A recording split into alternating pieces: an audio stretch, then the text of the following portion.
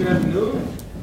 Welcome all of you to this lecture, which is co-sponsored by the Wilson School's Program in Science, Technology, and Environmental Policy, and the School of Engineering Sandlinger Center for Energy and Environment.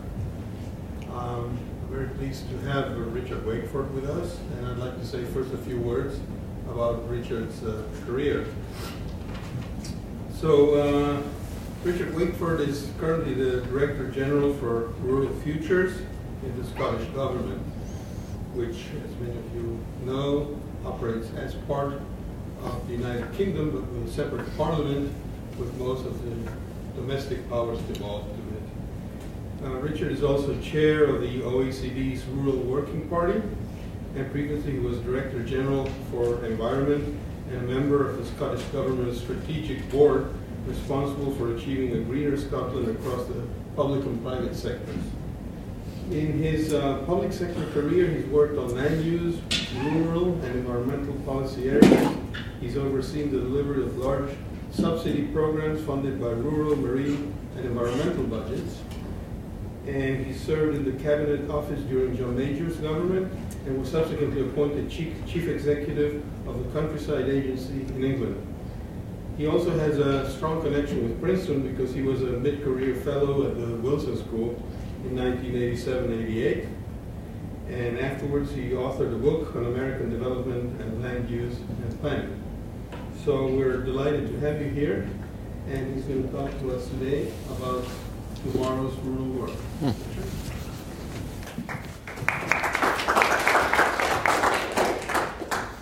Well, thank you very much, Pablo. And I should start by thanking Princeton because, frankly, if I hadn't been here and been taught how to ask questions and hadn't discovered in a way that there is 50 solutions to every problem in the United States, whereas I think probably before that I thought there was the right answer and there were other answers. If I hadn't come here, I know I wouldn't have achieved anywhere near so much, and so I'm very grateful to Princeton. I should start there. But what I wanted to talk to you about today is quite a complicated topic, and it's one that certainly 20 years ago was not of very much interest to Princeton at all, and that was around our rural futures. And for quite a long time, my involvement in rural issues has been very much one about services and how they work. How do you protect the environment? Suddenly it's become clear to me that our rural areas are much more important than that, and that the whole future of society within the world actually depends on things that we do now in rural areas. And quite a lot of it is actually about data which doesn't fairly record the position of rural areas. Part of the issue is that we fail to take into account just what climate change is going to be doing to us. We fail to acknowledge the dramatic increase in world population, which is unavoidable. So all of these drivers and changes are very big, but what they do is they actually threaten our capability, whether we live in cities or in rural areas, of survival. So this is a big challenge, and there's a big series of elements in it. And what it comes down to is how we reflect the need for green growth, which many countries in the world are now signing up to, how we reflect that in what we do in rural areas. And by green growth, what I mean is how we move the economies of the world from the current basis to one which is much more sustainable. And that means promoting growth and development, but by doing it in a way which respects the need to reduce greenhouse gas emissions, to minimize waste, to use natural resources well, to protect biodiversity, and so on. I mean, in short, what we're talking about in green growth is using the environment as a source for enriching ourselves in the future. And the number one step in that needs to be different ways of measuring progress. one of the things that I discovered when I go to the OECD is that their very first question whenever you're talking about a region is, let's have a look at its GDP per head. But if you look at the GDP per head in a city and the GDP per head in a rural area, you start to get into difficulty, because a lot of the value of what rural areas do for us gets measured as part of the city systems. Secondly, GDP is really only like looking at the cash account, and in rural areas we have a lot of natural resource. So it's very easy to deplete the natural resource, make a lot of money on the cash account, and then not realize that you've made yourself poorer for the future. So there's some interesting things going on about how we measure that. But if we get it right, it seems to me, and we start to measure correctly the things that rural areas do for us, we can identify a whole strand of things that are on this slide, which I'll come back to throughout this presentation, a whole series of things which I call the essentials of life. They're the essentials of life for us, whether we live in cities or in rural areas, but these are the rural products that are the essentials of life. So, are we managing our human and our natural resources to ensure that we can actually deliver these essentials of life up on the screen? As I said, climate change is going to make food and water supplies rather harder to deliver over the next 20 years, next 40 years. So there's some challenges in producing these essentials of life. If we're working to stave off long-term climate change, we're actually going to make it harder for ourselves to grow some of the food that we have. But at the same time, we're going to invest more in renewable energy. The vast majority of renewable energy, where is that generated? Not in cities, but in rural areas. So there's things that we're going to need to do, which need development in rural areas, which ought to make rural areas richer, but at the same time, all around the world at the moment, the people with the get up and go are getting up and going. They're moving from the rural areas to the urban areas. So, some people see rural areas as places as remote and disadvantaged, and places to leave, and places that have nothing to offer the world, places in which it's not very profitable to farm. Even if you're producing a good deal of food, it's not that profitable. Places from which people are moving, places where populations are getting older, and as the population gets older, who's left there to provide the services for the rural people as they age?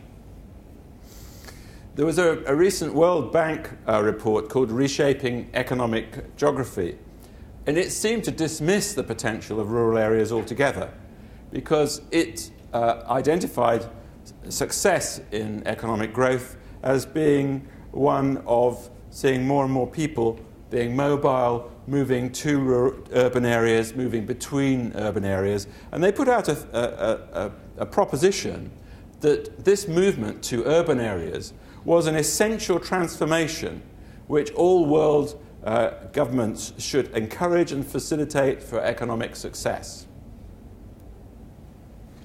Their report had some nice pictures in, so I stole them. I have a feel I'm supposed to be allowed to do that. We're all paying for the World Bank one way or another, so we ought to get something back occasionally. And these pictures are quite fun. And what they show is GDP per land area. So what you can see, for example, here in Japan is Tokyo.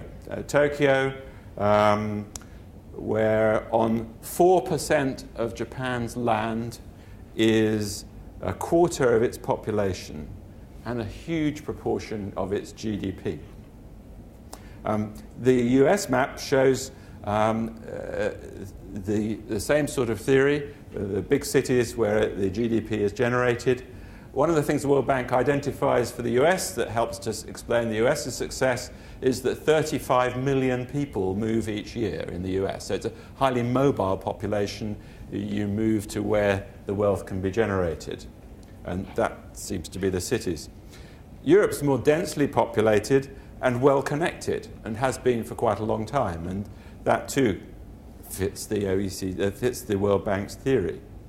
But now when you think about applying this to China, where the majority of the population is still rural, it starts to get quite challenging. because there's already been a significant rural to urban migration in China, but the World Bank predict that between 300 and 400 million more rural people will move from rural areas to urban areas. And the same potential exists in India. So, on the one hand, there's some pretty big urban challenges as these new cities develop. How are they going to develop and absorb all of these people, and how are the people who live there going to get urban kinds of services? And on the other hand, there's a challenge, because what does this mean for rural areas if everybody with get up and go gets up and goes? We've got a picture here of Chinese population distribution, which actually helps to show really rather clearly what's been happening there in the get up and go stakes. Here we have, these are males and these are females, and this is the urban distribution. And over here we have the rural one, and you can see in the crucial age groups between 20 and 35, there's a real dip in the rural compared with the urban. There's quite an interesting overall pattern as well, which shows the approach that China has taken to managing its total population. But these sorts of figures show some of the challenges that there will be in Chinese rural areas, where one can imagine in 20 years' time this slice of population much older and very many fewer people coming up through who will be the people who will be able to provide those older people with care. And of course, one of the drivers is that the urban services are better in China. The people who move their children to Chinese cities go there for education as much as for anything else. So there's quite a big challenge in the way in which rural areas will emerge. And if you needed a bit more reinforcement, this chart, which the OECD study of China also produced, shows the proportion of out workers, people who've moved out, compared with people who've stayed in each of the areas of China. And these long red bars show that it's in the ages 21 to 30 where the likelihood of you going to work in a city is much greater than the likelihood of being in that rural area and working. Now, I thought that this was just a Chinese phenomenon until I was just recently analysing some data for Scotland. This is slightly jumbled because there's a lot of data on this chart, but basically here you have the picture of migration, population change in Scotland by age. And so the youngest are these people here, and the older people are the sort of dark purpley red colours there. And so for Scotland as a whole, we are seeing a reducing population in terms of the young and the young adults, a slight increase in population of what you might call student age, and a much greater increase of population in people who are older. Now, go along to look at the different types of area. In Scotland, we have sort of from the urban to the very rural. That's the kind of transition across the chart here. And compared with the average, you discover that the loss in population in younger adults and children is much more marked in remote small towns and very remote rural areas. And in terms of the growth is much more marked in the rural end of the spectrum. So very remote rural areas are losing young population and gaining old population at quite a rate. So it's not just a Chinese problem. And projecting forward for Scotland, what do we see? More households in 2030, many fewer households with children, which starts to be quite a problem, many fewer households with children in rural Scotland, and an element of change of society, perhaps something like some of the changes that have taken place in the western prairies in the United States. So there's some really big challenges here in countries about how the people who live in rural areas can contribute to the world's needs, when at the same time those people are getting older, it's becoming more and more difficult to provide services for them. But there's another kind of migration which we also don't take into enough account when we're thinking about the future of the world, and that's the migration from both within and from developing countries to developed countries.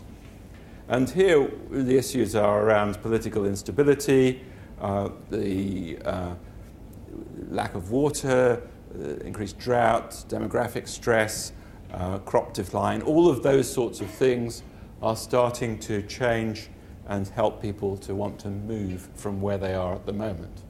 And this map came from some analysis that was being done by the UK government, by the Ministry of Defence actually, because what they were trying to do was to look to see where more conflicts would happen around the world, and therefore how they needed to plan to train their service personnel. But it is also a map which shows where climate change and food issues are really significant. So there's a link here, which means that we should be looking at the link between instability and problems of conflict, especially as the world becomes a more challenging place. It's possible that all the nations in the world will move together and start to address some of the difficulties. In theory, it's clear that agricultural development is the first step towards rural development in the poorest countries. The USDA recently put some material out which actually emphasized that point. And so you could regard that as an element of green growth, starting to grow the food that we need in places where it will produce not only the food crop, but also an income for the people who live there, and arising out of that more stability and less need for us to intervene in a military way. But I'm just trying to show that there's a whole series of different dimensions here which impact on rural areas, and I don't want to lose sight of the fact that my overall story is a positive one, that we need green growth, and rural areas have got a lot to offer the wider world in terms of green growth products that we will actually benefit from, whether we live in urban areas or rural areas. But this growth needs to be seen against some of the big challenges. One of the big challenges is population growth. I think this chart is probably familiar to most people by now. It appears in many places. What it shows is how many more people we're going to have in the world over the next 40 years or so, and that the majority of people, the growth of population, is in the less developed countries. Those countries, those people, those 9 billion people, will demand food. How will we feed them? Well, this slide encapsulates a presentation that was made by the president of the sort of farm bureaus for all the countries around the world. And he said it's really quite simple. We need 35% more food production in the next 20 years or so. Within that, the way in which we're demanding food means that we probably need more land just to produce the same amount of food. I'll come on to that. Looking around the world, there's not much land for cultivation. We keep building on land. With sea level rise, we're going to lose some land to coastal retreat. Global warming, even on the most optimistic scenario, is going to drop yields in China and Africa. We're going to have less rain, more flooding, and cities are going to take more of the water that farmers would otherwise like. And so when you look at it, it's actually quite a big challenge, this food growing challenge. Over the last 40, 50 years, we actually have been growing more food. And this chart shows how we've been growing it. The total food production is this line going up here. And we've been growing more food per capita. So that's actually a success story. Unfortunately, although we've been growing more food per capita, the undernourishment in developing countries has really not been tackled on the same scale. and at the same time the price of food has gone down, which might seem to be a good thing, but of course because food is very cheap, then it's not something which merits a great deal of economic investment.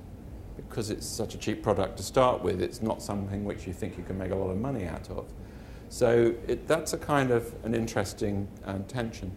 And in terms of what's happening in the developing countries, there's an interesting contrast.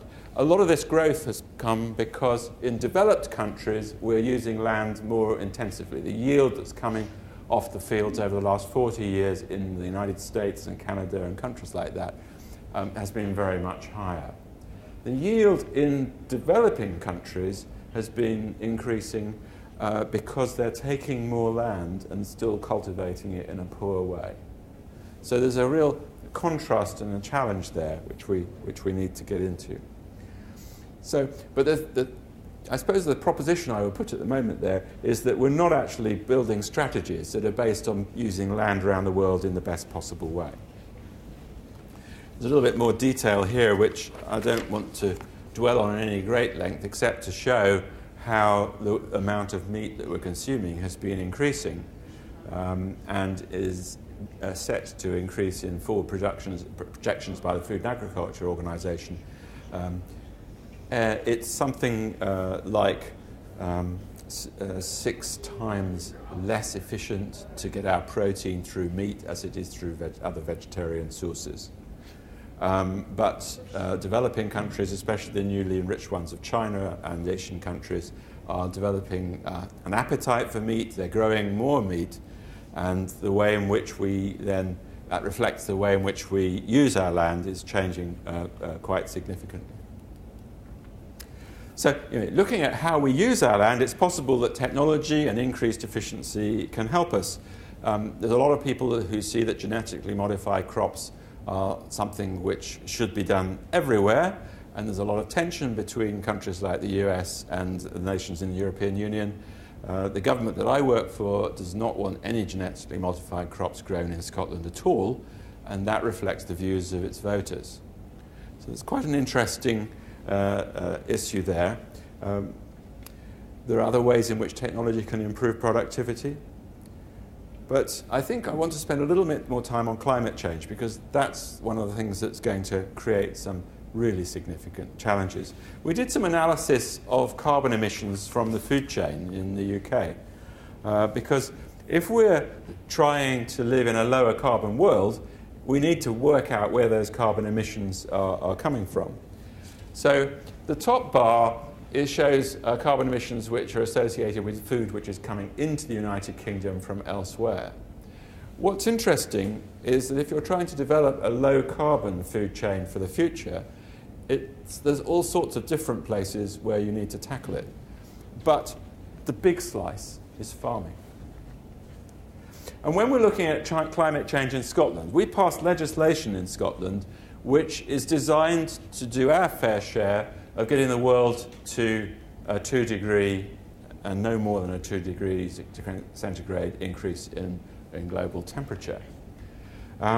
This is truly challenging.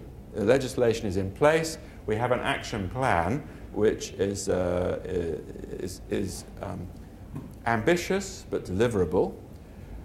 But the reason it's so challenging for the food industry and for farming, which is what I'm talking about just here, is because if you look at that light green set of the bars, each of these bars shows the total greenhouse gas emissions that Scotland is taking a responsibility for at the moment. What's below is what's absorbed in the trees in the forests. The light green, or yellow, I don't know what it is at the top. That is farming. It's not much smaller than this, which is where we need to be in 2050 with our total emissions. So we could continue to farm as we do now and just about use virtually no carbon at all on anything else in terms of heat, in terms of transport, in terms of industry, or we're going to have to do something stronger on getting low-carbon farming in. Look at it on a global scale. And these charts, which come out of the IPCC process, are showing different scenarios for the temperature. The top one shows 2-degree relative probabilities of getting them. And the whole point about these charts, I don't want to explain them in full detail, is to show how where the increased temperature comes is not uniform throughout the world. And where the increased temperature comes is starting to challenge a lot of the areas where we grow food. Even on the 2-degree increase scenario, the best that we could hope for, really, that will reduce Africa's production by 17%, Chinese food production by 12%, and between 2 and 5% reduction in India's production.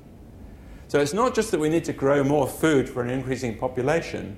The climate change, which is inevitable, is going to reduce our yields quite significantly. So we do need lower carbon agriculture. And this is where I think there are potential benefits for the people in rural areas, because there are lots of ways in which you can go through with low carbon agriculture. What we're looking for is really what you might call sustainable intensification. More agricultural growth, more respect for the environment. Green growth in agriculture. And it really is in Africa where we have some of the biggest opportunities and some of the biggest challenges. Because Africa has huge untapped potential to grow food if we grow it in different ways. But it is the greatest challenge because of the way in which the temperature is going and water is short and so on and so forth. Now, the University of Essex has done a lot of work looking at different ways in which one might approach Africa and generally low-carbon agriculture in all parts of the world.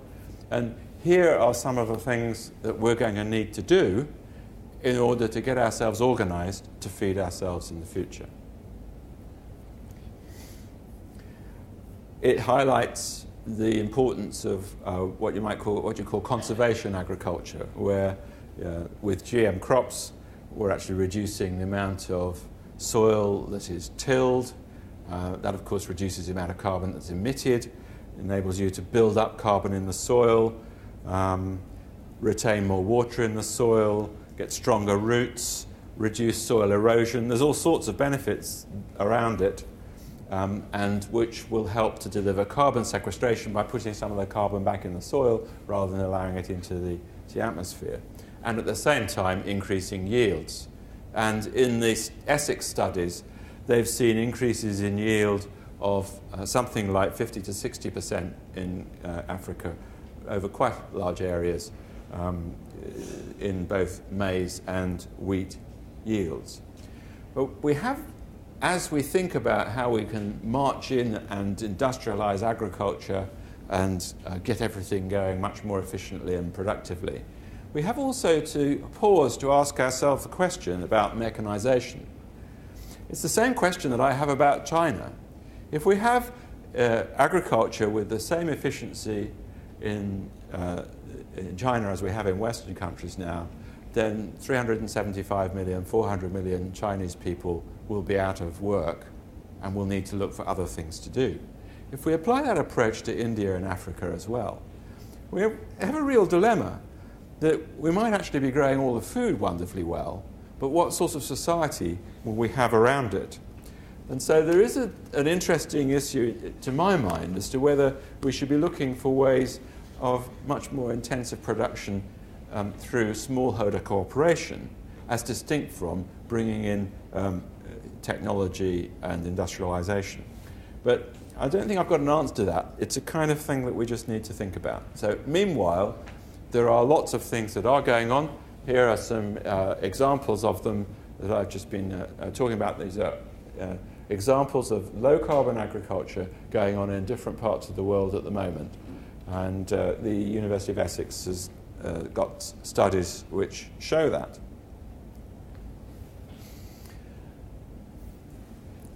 I won't cover all of those, but I'll talk a little bit about this one, because there's a lot of attention being turned to Brazil, partly because it's Brazil that is some people say is presiding over the biggest loss of forests, tropical rainforests in the world.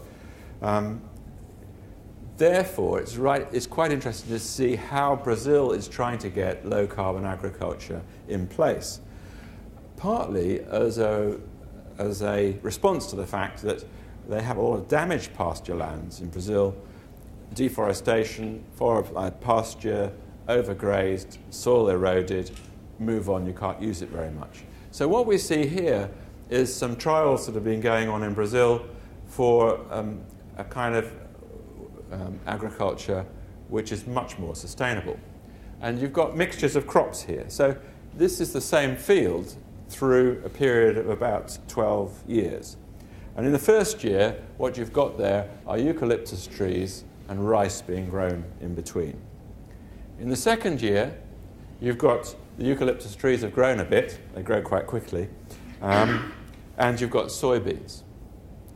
You can't grow like that for very long as the trees grow up, but what you can then put under the soybeans is a brachiaria grass. And ultimately you can get to a point where, and that's I think about 10 to 12 years in, where you can grow cattle, but you can grow them in a way that is not leading to soil erosion, and it is therefore much more efficient. Because the feed is much better, the cattle mature more quickly.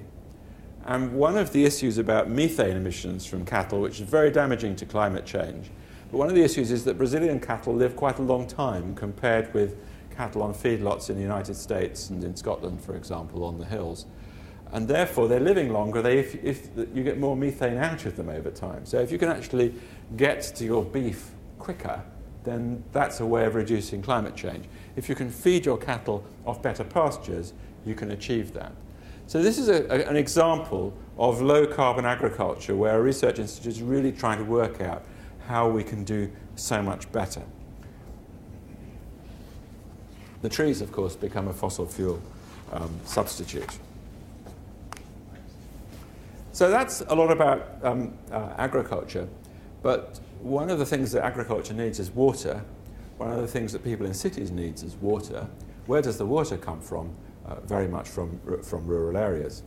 And so as we start to run out of water in various places, and as the climate makes it more difficult because the sky stops delivering so much water in some places, we have some real challenges in rural areas, and rural innovation is needed to fix them. So again, where are the guys who are going to do this? Have a look at this, because what this shows is, under certain of the models from the IPCC, how there will be more rain in the bluer and greyer areas and rather less rain in the browner areas. And that kind of division is quite a difficult one to start to get your mind around. But it's partly, the African picture is partly why the yields there are so challenged by even a 2 degrees increase in temperature. Basically, these are just a couple of models that I've stolen. There are a whole series of models like this, but both of these pictures, and I could have just shown you one of them, but both of these pictures are showing how under different scenarios, rainfall changes. This one, for example, sees much drier area through the steppes and in southern Russia, which are areas where we could potentially be growing a lot more food. So that points to the need to manage the water a lot better. The other point is, of course, that the time of year when the rain falls is going to be different. We're seeing quite a lot of these scenarios where the rainfall no longer falls at the time of year when you need it for the crops. So we're getting hotter, drier summers and wetter winters. In other areas, the rain isn't sticking so much because it falls as snow in the mountains. There's not so much glaciation there. You start to lose the way in which the mountains hold back the snow over the winter. And I know that the Himalayan glaciers are not all going to have melted by 2035, or at least I hope not, because I don't think there's much future for the world if that does happen. But what is clear is that the relationship between glaciation, snowfall during the winter, and the amount of water that runs through most of the main rivers of China, India, and Pakistan, that relationship is strong. And so you start to change when the rain falls or the snow falls, and you start to change what the world can do a long way away from where that rainfall change has happened.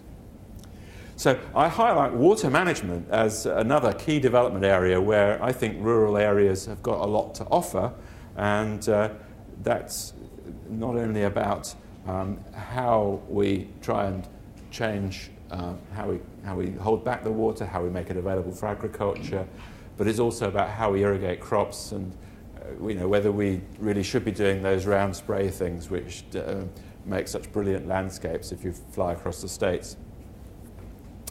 How do we water? There are other impacts. I love this slide, credit to NASA. It's, I don't know if others have seen this before, but, well, yeah, you could wonder what it is, couldn't you? I show it in Scotland and in Europe because people don't quite realise where their Mediterranean vegetables come from. This is an area of southern Spain, and it's an area of called Almeria, and there's obviously a main road running through it, but it's 70 miles across, almost completely plastic, absolutely plastic. This is where Mediterranean vegetables come from that feed Europe.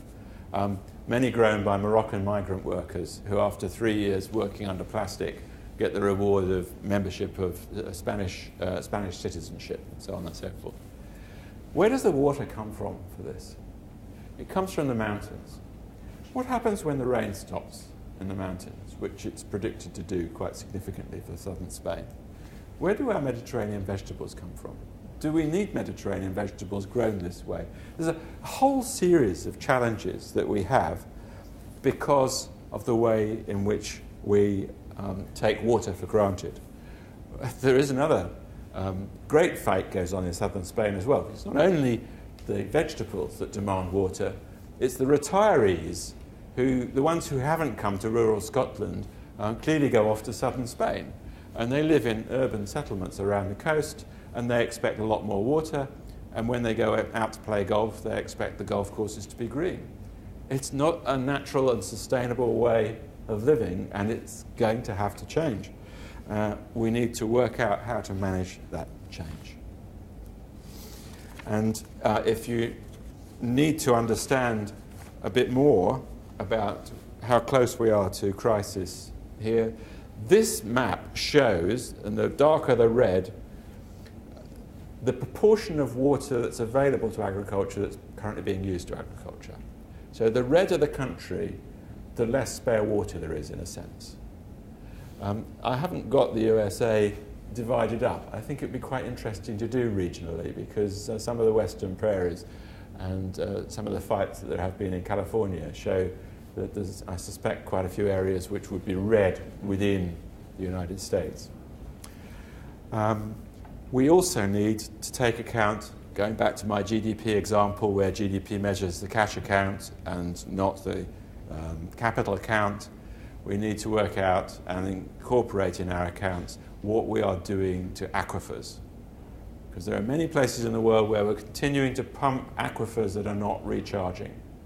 So what we should be doing at the beginning of the year for the national accounts and at the end of the year, saying, what's the state of our aquifers like?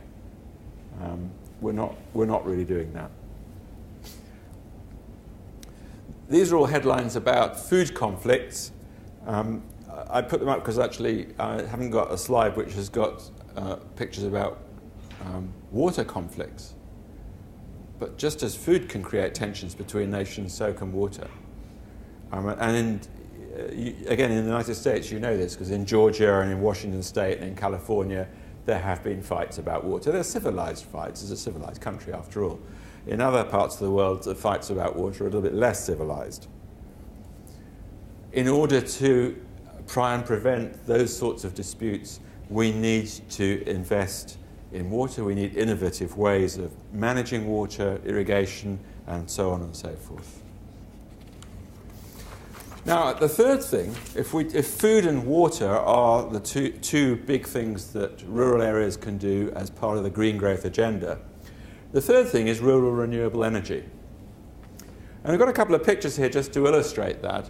This is in Bavaria, and it's a solar roof. And it's not an unusual thing to see. The German government has put a very high feed-in tariff in place and guaranteed it so that if you've got a barn or if you've got your own house or whatever it is that you want, you've got the right facing roof, put one of these up and it's a no-brainer. And roofs in Bavaria have gone like this. In fact, there are fields in Bavaria that have got photovoltaic cells spread out, acres of photovoltaic cells. In Scotland, we don't have quite so much light, so therefore, but what we do have is lots of wind. So the right-hand picture shows Scottish wind farms, which can bring some benefits to rural areas. There is a sense that you put them up and they look after themselves, and it doesn't bring very many jobs to rural areas, and they tend to be made in urban areas. So what's the rural benefit? But one of the rural benefits is that quite a number of communities are now doing deals with the wind farm companies, and they'll say, we won't oppose your development if you're going to give us the revenue from one of your turbines. And it goes into a kind of trust fund for the community, so that the community feels that it's being compensated for these things which are being imposed upon them. And that's quite constructive. Other areas of the world have got even better sunshine, and they can do thermally driven solar heat, which is coming along as a new kind of technology. So there's lots of different ways in which renewable energy can bring benefits to rural areas. One of the interesting tensions that brings up is some of the renewable energy that is generated in rural areas may actually be generated at a cost to food production. To start with the good news, if you like, let me tell you the story of this picture here. This too is in Bavaria. It's the question, in a sense, I wanted to ask around farming for energy is one about how we finance it, how much public finance goes into it. Those solar roofs in Bavaria are actually the government paying for a public benefit, which isn't so much around the generation of the electricity, but about the generation of a leading photovoltaic cell manufacturing capability in Germany. It was an industrial development policy. Now, some of the investments that we therefore are making are ones which are not necessarily designed for the goal directly, but for an indirect goal. Both of these projects represent things which have put a lot of public money in. This is rural diversification in Germany. Behind this plastic greenhouse, another plastic greenhouse I'm afraid, behind it is an anaerobic digester, which is taking farm waste over a reasonable area and turning that into biogas. So far, so good. Part of the process of that leads to a great deal of heat, which was being wasted. So the farmer and the communities were saying, what can we do with the waste heat? So that heat is now fed into the bottom of this plastic greenhouse, and the sun shines into the top of it. And in the greenhouse is not plants, as you might expect, but human sewage sludge. So all of the sewage, secondary processed sewage from the communities coming into this end of the greenhouse, and it's spread ever so gently. It's the most impressive thing, ever so gently, up to the far end, where it comes out as a kind of almost sandy dust, where it's loaded into trucks and taken away as a co-firing fuel at a cement works, cement being a very high carbon intensive business, but that way you're getting an element of renewable energy in your cement. Now, that was funded by the Common Agricultural Policy of the European Union. On that side, you have a picture which I show to amuse farmers in the UK, because that's about the scale of industrial farming in the United States. That's in Indiana, and it's part of the very large industrial farming system that there is there, hugely grant assisted by the US federal government, and partly because it provides much needed rural development, and partly because it increases the nation's food security to replace fossil fuels with homegrown biofuels. But the scale of the transfer has started to raise some quite interesting questions about the respective importance of food and fuel security. And it's about competing subsidies. Do you subsidise the food and then subsidise the fuel security? Are they buying each other out when you come to look at the same piece of land? A wider point is actually that the biofuels are probably better grown in Brazil, certainly grown more carbon efficiently in Brazil than they are in the United States. Whereas the beef that's grown in Brazil is probably more carbon efficiently grown in the United States. So I use that point to illustrate that we shouldn't look at these subsidies in a Europe or a US or a national or even a statewide approach, because what we're looking at is a total system. And what we need to do to feed the world and to deliver the rural benefits that will come from that as well is to achieve what you might call optimal land use productivity. And it needs to encompass the food, the fuel, and the ecosystems services, the public benefits that land managers provide. And it needs to be looked at across national boundaries. It has to be, because food and fuel are global commodities, and incidentally so are biodiversity and sequestered carbon. And this is of great interest to me as a policy advisor to governments, because I'm the guy who says to the minister, this is how much subsidy you really ought to be putting onto this and this and this. So the minister, with my advice and the advice of my experts, is bending these markets around the world. But every country that's doing it in their own way. We haven't got a way of joining that up yet on a consistent basis, so that we can actually say, this is the way in which we'll bend the world market to deliver the optimum solution in terms of carbon, in terms of food, in terms of renewable energy, and so on. And you see this again, this kind of tension. Here, this is a picture in China where the hills that used to be rainforests are now rubber plantations, and the paddy fields in the foreground are being rapidly replaced by palm oil plantations. And in terms of rubber, the price is at a 56-year high. So it's not surprising that the Chinese want to cut down their rainforest and replace it with rubber plantation. After all, what's an old rainforest worth? We haven't got a currency for biodiversity to set against the price of rubber.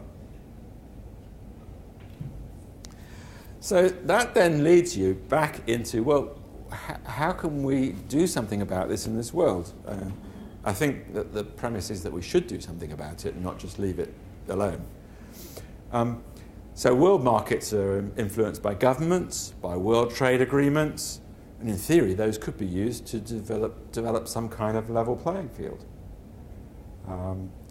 In climate change, that was what we were trying to do. That is what we're trying to do through the process that's gone through Copenhagen, is now headed for Mexico City, the UN process. Even so, what those processes are based around is an accounting system which looks at what nations themselves produce in terms of carbon emissions, and not at the emissions that they're responsible for. So when we buy something in the UK which has got rubber tyres on, we're actually exporting the issue around biodiversity. When we buy steel for a Forth Road Bridge, we don't make that steel in the UK anymore. It comes from Poland or somewhere like that. So those emissions are on Poland's account. So there's a really complex issue here to get to grips with. We're better placed to do that, by the way, than somewhere like Princeton, with the Woodrow Wilson School and with the economics that are taught there and the expertise that's there. But it's not only governments and experts and rules. Often we forget the role of consumers. Every decision you and I take is actually either reinforcing or not these global systems. So consumers can have an impact. If you buy something which is a fair trade marked product, you're sending a signal back through the market to buy something which is produced in a different way. And it will probably cost you more, Because if it didn't cost you more, it probably means that someone, you didn't need to pay more, if you see what I mean. So it is something that needs to cost you more.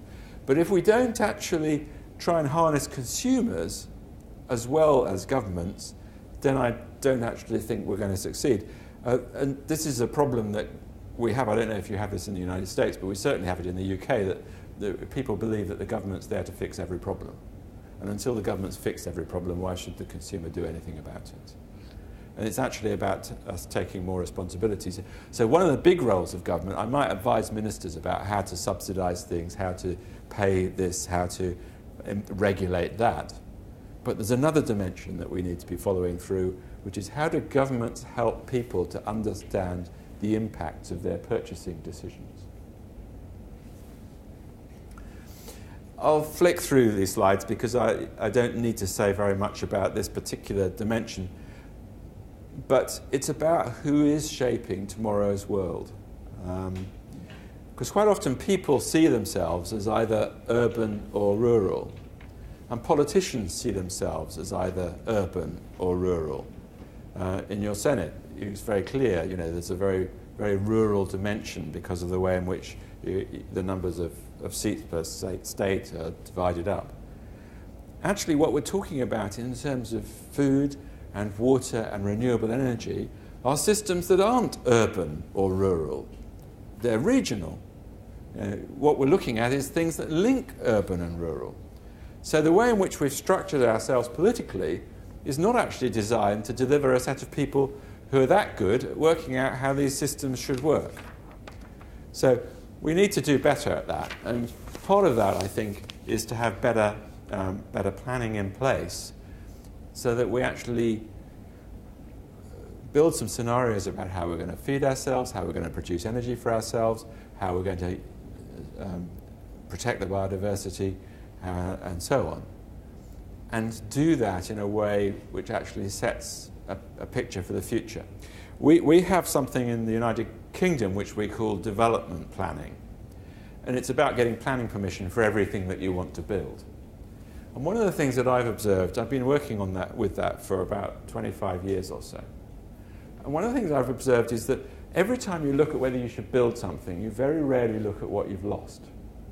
It's as if when you build something, it's building on a vacuum.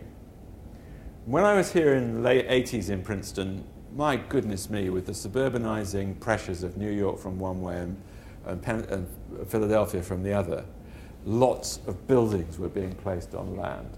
And there were some people who say, where are our family farms going? What are we going to do? Where are we going to feed ourselves? But it was as if the development decisions were being taken as if the land had no value, and then you put the buildings on it had value.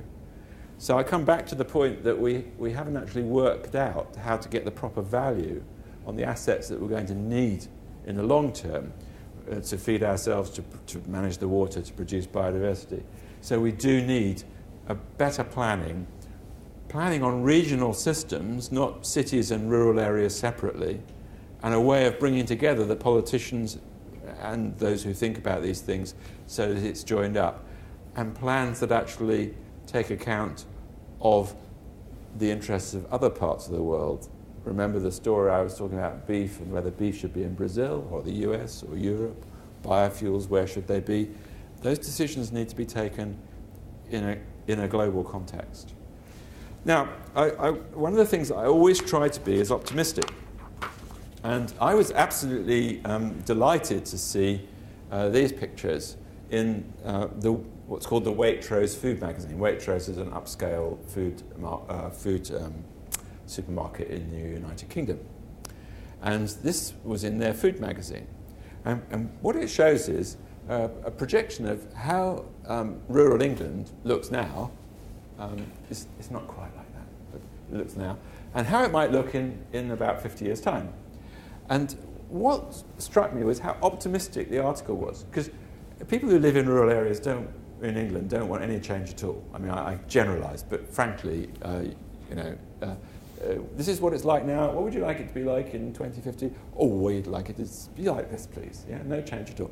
What about the increasing population and where they can live? They can live somewhere else. What about the ability of generating?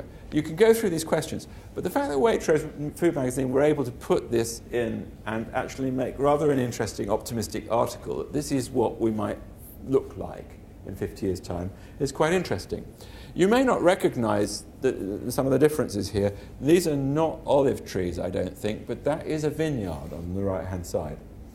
And it is quite interesting that in the United Kingdom, where the Romans were able to have vineyards and make wine, and subsequently we haven't been able to, in the last 7 years, the number of vineyards in the UK has increased from 333 to 416. A third increase in 7 years.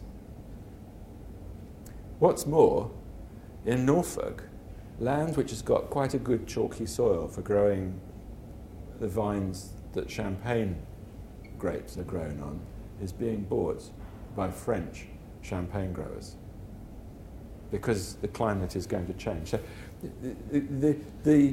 these images, I think, show there is a positive future for rural areas, even with climate change.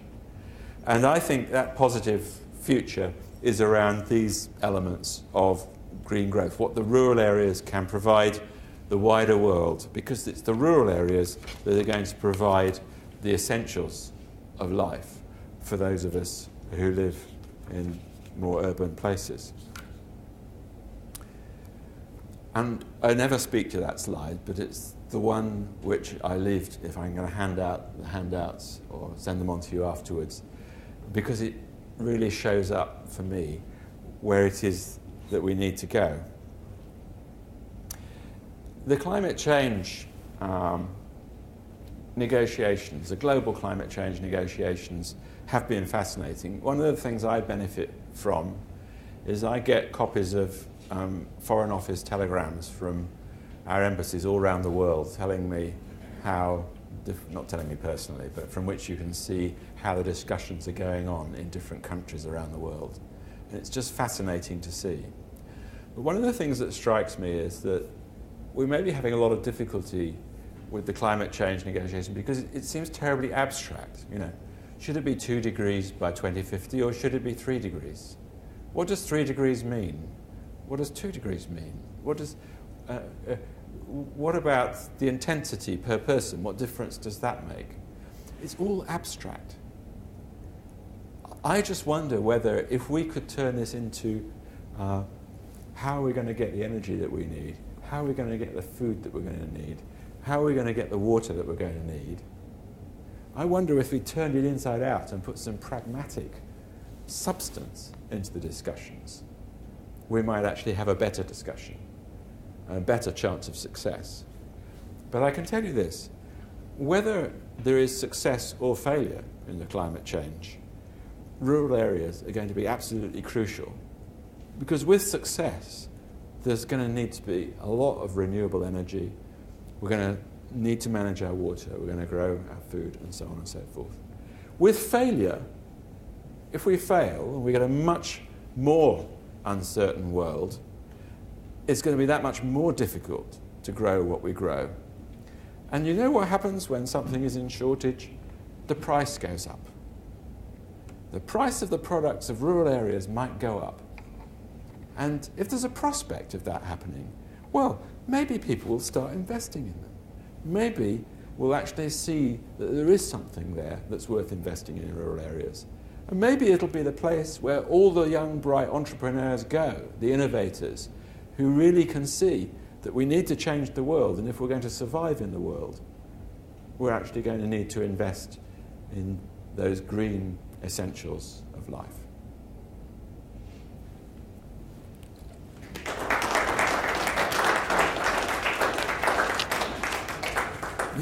Yeah, absolutely, yeah. You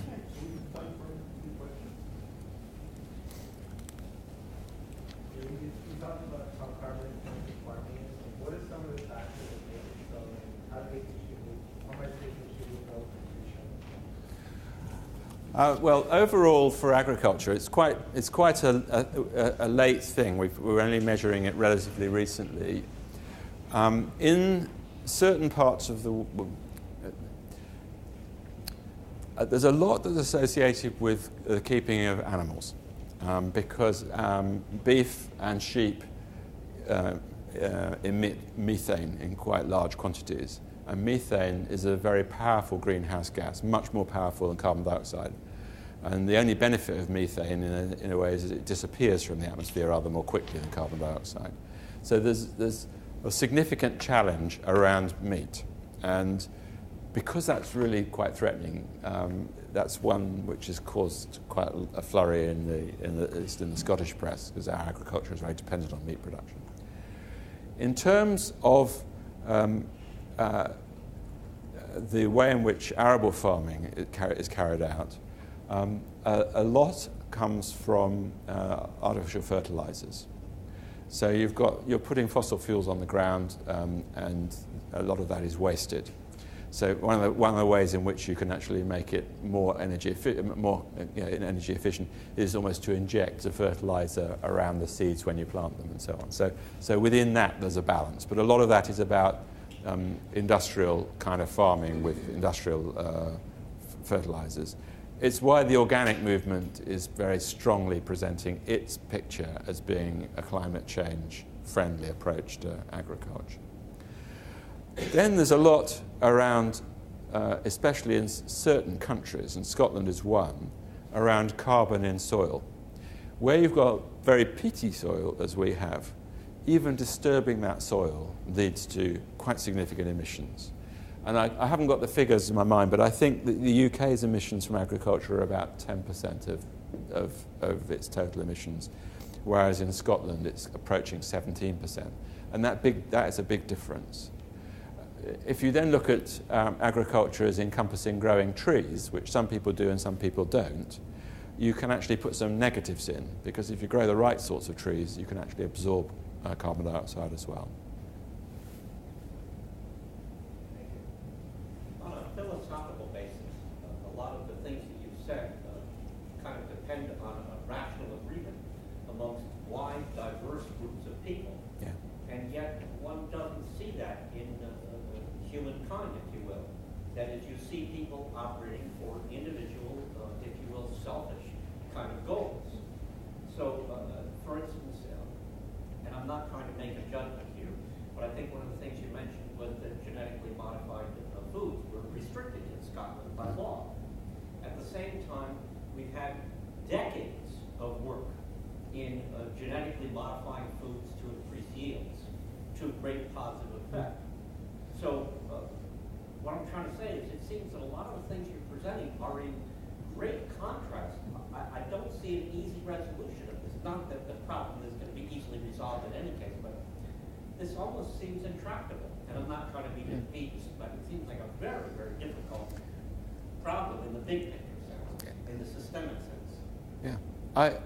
I really agree with you. There's a film around at the moment called It's Complicated. It's complicated? God, isn't it complicated? That's but a it's Facebook qualification, like relation. But you're absolutely right. And as I was putting these notes together for today, it suddenly struck me that if you take industrialized agriculture as your solution, what is it that those people who are farming at the moment in an inefficient way will do in the future? Now, World Bank theory says they find something else to do because they're innovative and creative, as humans are, and they will invent new things, and the world will be a much better place as a result of it. I don't want to make a value judgment either about whether that's the right solution or not. I come back to the point, though, it seems to me that it comes back to us and our human values, as you're talking about, and sometimes it can be quite depressing. Governments can create markets so that people start to take better decisions. The simplest way of addressing global emissions of carbon dioxide would simply be to have a global energy tax at quite a high level, so that we actually, and it would be a very efficient way of doing it as well, compared with all the other ways and back ways in which we're reducing carbon dioxide emissions at the moment. But that's not possible, because that's not what people understand that they need, and therefore they won't vote for that. Governments can do some of that. So governments, in my experience, can step out a bit. And they can go a bit further, and then they have to persuade people why they're doing it. But ultimately, if they get out too far and they're away from the mindset of the people, they're out of power. And one thing I know of politicians is that once they're elected, the next thing, their number one objective, is to be elected again. Okay? Yeah. Therefore, they don't want to step too far out of where the people are. Which is why, with climate change in Scotland, what we've been trying to do is invest a lot more government money and government influence and research programs in things which will help people make their own minds up that there's something to be acted on there, as distinct from doing it because government says so, because most of us don't do things because government says so. So I don't know if you know, is it Donella Meadows, and there's some, I can't remember what it's about, but it's about systems theory. And basically what it shows is there's all sorts of things you can do with positive feedback loops and negative feedback loops, but actually when it comes to it, what we need is inspirational leadership which changes the mindsets of people, because if you don't do that, then you've got a minority of people who seem to know and informed to do what's best, and a majority of people who, because they don't act and it's not their mindset, will actually prevent that thing from happening. We are familiar with that in the United States. Very good, thank you. You've just described our current economic situation, and it's brilliant. Tell us what you think about gross domestic product as a measurement related to these objectives. Does it help? Does it hurt? And if not, it hurts, what would you do about it? Well, first of all, there's some things which are clearly wrong, because for example, the media have been very strong on how much the economy, US economy, has been hit by these storms. But if you're in the car fixing business, it's been very good for business, because there's a lot more cars that need fixed because lots of bumper crunches and things have happened and so on and so forth. So that has been good for your economy. So some of the things that are actually not the essentials of life, if I can put it that way, are nevertheless score positively in the economy. When you burn fuel, the more profligate you are with your, that's not the right word, is it? The more your car burns fuel, the better that is for your economy, because the fuel is part of GDP. And so the GDP has a lot in it about consumption, and consumption of energy in particular, and it would be better if we had measures that didn't have that. And so the economists have got measures that have got GDP without the energy bit in it. And of course that's not what the media use, and it's not what the politicians hear when they're looking at how successful their countries are. President Sarkozy has promoted some very interesting work on this, because he is quite far-sighted, taking some French leadership on how we measure our economy. And Joseph Stiglitz has led this work for him, and nearly all the leading economists and one or two of the leading statisticians in the world have been a part of this. And it's been very interesting. What's going to be more interesting is whether world leaders can change the way in which, the acknowledged way in which they measure their success in GDP. So there are things that you can fix within GDP by taking out things which are patently stupid in the factors that are success factors. Then there is the addition of the national capital of different sorts, which ought to be factored in. I'm strongly of the view that natural capital should be there. I'm also strongly of the view that social capital should be there, the value of social capital, because otherwise, when you educate someone, are you really improving your capital or not? So basically, we need a capital account for the GDP, which shows at the beginning and the end of the year what the natural resources and the social resources of the countries look like. And then thirdly, and this is where I'm not so optimistic that we will see progress in redefining the economic measure, the Stiglitz report looks at the issue of well-being. whether actually a monetary measure is really what ought to be regarded as success. Is a nation successful by monetary measures alone? But we haven't found a good way yet of defining well-being. And so the G20 leaders of the world in Pittsburgh have asked that the organizations in the world who are responsible, like the IMF, the World Bank, and so on, get together and try and get that the second bit of the Stiglitz report done, getting the capital measures in place. And I know that people in the OECD, the experts, are working on that at the moment. And if the G20 in its future meetings, perhaps in Canada or Korea or whatever, starts to take some cognizance of that report, then we might start to measure things a bit better. But the well-being bit, I think, we're still away from. Well, let's thank our speaker for very